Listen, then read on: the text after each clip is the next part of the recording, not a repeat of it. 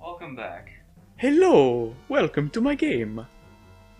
He's playing this time. It's me, Mario. Mario's gonna play.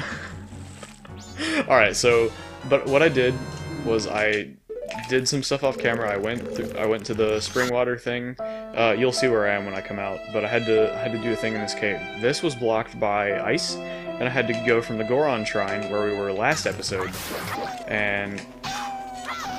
Hold on, let me kill Wolfos here. Go back to Star Fox, jerk. Got him. Okay.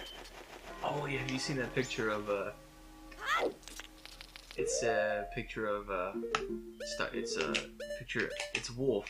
It's Wolf O'Donnell at Starbucks. Oh no. The caption is, "I can't let you brew that Starbucks." Oh, that's awesome.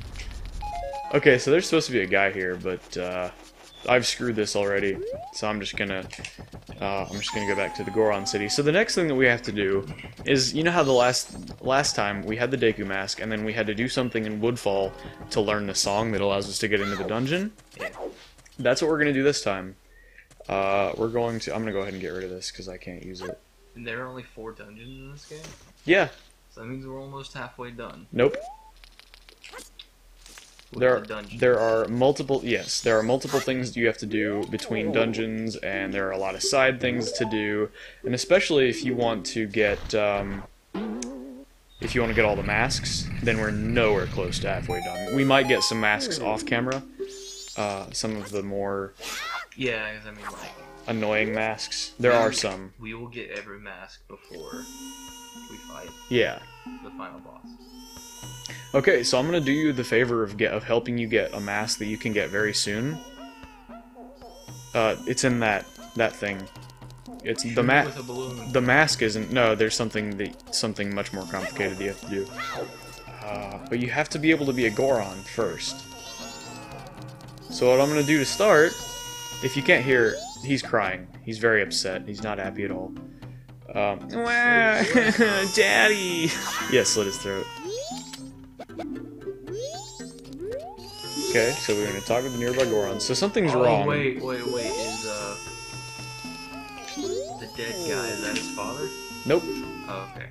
The elder of the village. Okay, so we know that the village elder is missing. Oh, night of the first day. We know that the village elder is not in, he's not doing well. He's not quite as dead as Darmani, but he is, incapacitated by a certain solid substance that's supposed to be liquid. And by that I mean he is solid frozen. He's more frozen than Elsa, actually. That was bad. But anyways... I haven't even seen that movie yet. Okay, so the whole Mario thing that I started doing when we started this episode, I started off doing my sort of okay Mario impersonation. Well, the motivation for that came from yesterday. Something happened last night. I was chilling out with my little brother, you know, playing some Brawl. Boss, that is. And we were just hanging out, you know, and then I get this phone call, like, from, it said a restricted number, and I was like, it wasn't me. That's funky. No, I know it wasn't you because of the voice. That's a little odd. I don't know why someone restricted would be calling me. So, I answered, and I was like, this is either some weird person or a prankster, so I'm gonna have some fun with him. And I said, hello, because I was gonna start off doing the whole, the Mexican drug lord, impersonation. And no, that's not racist. It's a movie thing. But they sounded Mexican too. So, or just some kind of Latin accent, alright? And I was like, okay, so I can't do that, I'm gonna have to switch it up a little bit. So, where the heck is this guy? What guy? Wait a second, you have the Goron mask. Yeah. I just realized that you're supposed to be doing this as a Goron. I'm not intelligent. That's okay. He's in... Whoa. Yeah, there was a freaking Tektite in there. You just punch open boulders? Yeah. That's one of the things that makes Goron, like, amazing. Or at least awesome. Maybe not necessarily amazing. Where the heck is the freaking Goron Elder? There he is. Yeah, boy. Okay, so you walk up to him and you do the. Oh no! Is that it? No! Please don't freeze. Okay. Wow, I'm inside the ice. All right, so I'm on the phone here with this kind young ladies type voice, and they started saying something, and I could not. Huh? Oh, you're Darmani, but you're supposed to be dead. Man, I should have tried harder to kill you. Really? No.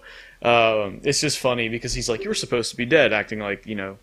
But anyways, so I'm on this phone call with these people, and then I realize, wait a second, everyone knows Mario's a psychopath. I'll just do a Mario impression for these. No, everyone knows Mario's a psychopath. You'll get it. So they kept talking, and they said something like, "Don't you?" Like as if they had said something that would pertain to me, and then they asked if okay, right now the Goron Elder is basically saying this is a lullaby, and you remember the little kid in the Goron city was crying, so he's gonna start teaching me a lullaby. Dun dun dun, and he can't remember the second part, so you have to kind of learn both parts. It's a little weird. But anyways, on this phone call, they said something and then acted like they were asking me a question. And I was like, "Yeah, it's me, Mario. I love the mushrooms and the punching the bricks." And then they said something a little quieter, as if they were talking to each other, like, "Yeah, these guys kind of, I don't know about this guy." And then they hung up. So the moral of the story is, if you get a prank call that you don't want to deal with, just do a Mario impression and start talking about drugs. Or mushrooms, or the same. Pretty much. Yeah, dude. So that was awesome. I just had this great prank call and just had some quality time with my little brother, you know, making fun of people. He died laughing. It was awesome.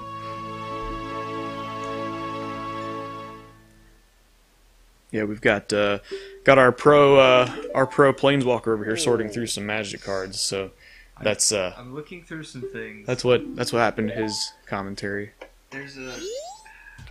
Dude, I'm just kidding, man. It's all cool. And look, you can roll up the side of this. That's what you're supposed to do if you fall off. Whereas if you're Link, you have to go all the way back around. Human Link, I mean. Okay, check this out. So remember that guy had to open the door earlier? Yeah. All right, watch this.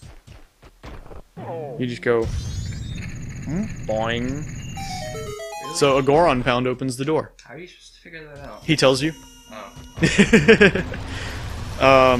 Yeah, that was pretty great. But yeah, I used to play the game quite a bit. It's a good game. And then I got all my cards thrown away. My parents are not fond of it, and I kind of hope that they're not watching this. But wow, daddy, where's my daddy? So I have to. Whoa, no, that's not what I meant to do. Oh no, they know I'm a Goron. What? Or not a Goron, I should say. But I'm gonna whip out the ocarina. Why'd they throw your cards away? Okay, they didn't throw them away. They took them all. Do. So I play the first part of the melody, and he's gonna recognize it and teach me the other part. Okay, blah blah blah. Story, blah blah blah. My mom. I started playing with one of my friends in North Dakota. He was like, "Hey, you should play this game, Magic, with me. It's a card game."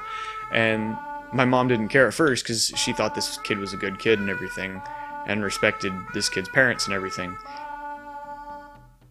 That's the Goron Lullaby, by the way. And so anyways, later on, she started looking at some of the cards one time, without my permission, of course. You know, just in my room messing with my stuff. And decided that the art, not the actual cards or anything, but the art looked satanic. And that it was so evil looking that I was not allowed to play. So for the next probably year and a half, I played Magic incognito, hiding my cards, always getting decks taken away, always going and building new ones. So in a way, it helped me learn how to play Magic more diverse. Like, I learned how to play tokens, I played more burn in a more conventional manner than I had before. I learned how to play mill decks, which before I decided I didn't have the patience for, but when I kept having to buy new cards, I gradually collected more milling cards, and I was like, oh, this is cool. And one of the first decks I had, this guy that introduced me to the game taught me how to build. He helped me build this one. It was an infect deck. Turn 2 kills. Turn 2. Yeah. So I'm a big fan of the game, but I just haven't been allowed to play. And the last time they took all my decks, they found my bigger stash and took literally every single card that I had. What they do? And I haven't asked them because they said that as long as I'm living in their house, I will not play Magic. Which, you know, whatever, their house, their rules, I guess. But I had a pretty frustrating time because I saw no problem with this game ever, and they always acted very, very antagonistic about it. Well, I mean, you got cards like Ritual Sacrifice that are literally someone laying on an altar with a knife above their chest. Yeah, and some of the cards do have some kind of, I guess you could say suggestive art. Like Mind Skull? That one's disturbing, but I'm talking about like sexual content, like maybe inappropriate type stuff. Like, but okay, so you know the card. Closer. You know the card Anafinza. This one, Country Spirit. Anafinza. Oh yeah. We call her Anal Fister. Whoa! Whoa! Whoa! What? Why? That's terrible. Anafinza. That's what? That's oh man. Jeez, Wilta. That was Nolan. It's all on Nolan. That Nolan's a messed up kid. He's a freaky little sucker. And then there's one. There was a black card that had this really weird name, and they called her. She was some really OP legendary sort of creature. I think they called her Skittles. Was it a spider? No, I don't think so. There's this one legendary creature. It's black. I think it's a scorpion or a spider type lady. You sacrifice 2 creatures every turn. Yeah. Yeah. Those are pretty cool. You can usually do some pretty cool things with those. I don't like those. Like for my deck, that wouldn't work out. Yeah. Well, we're gonna wrap up this episode by getting up to the Snowhead dungeon, and I'm gonna show you guys a cool little thing for those of you who have not played this game.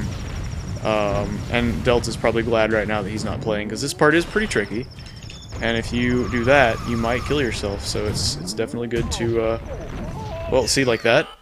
It's you can't really stop in the middle. You have to keep going. You have to start your momentum, and then if you lose your momentum, you kind of are... Whoa, what?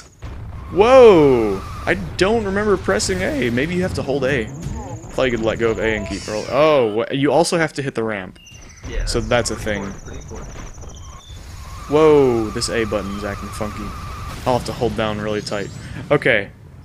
But yeah, as for Magic, I definitely am a blue-black kind of a person. I'd say black power, you know. Yeah, dude. Bruised up and wow, that's very annoying. And I'm out of magic. Do you need magic for that? Yeah, you can't do the roll without the magique. I think if you roll into the snow boulders, you... Oh, I ran out of magic, so it wouldn't let me keep going. Alright, well, next time I will get up this little slope and definitely be ready to do some stuff. You know, we're gonna actually do things. We're gonna talk to that guy pretty soon. So, yeah, look forward to that. We'll be hitting up Snowhead and doing a little bit more side questing before starting the dungeon. So, we will see you then, and thank you for watching.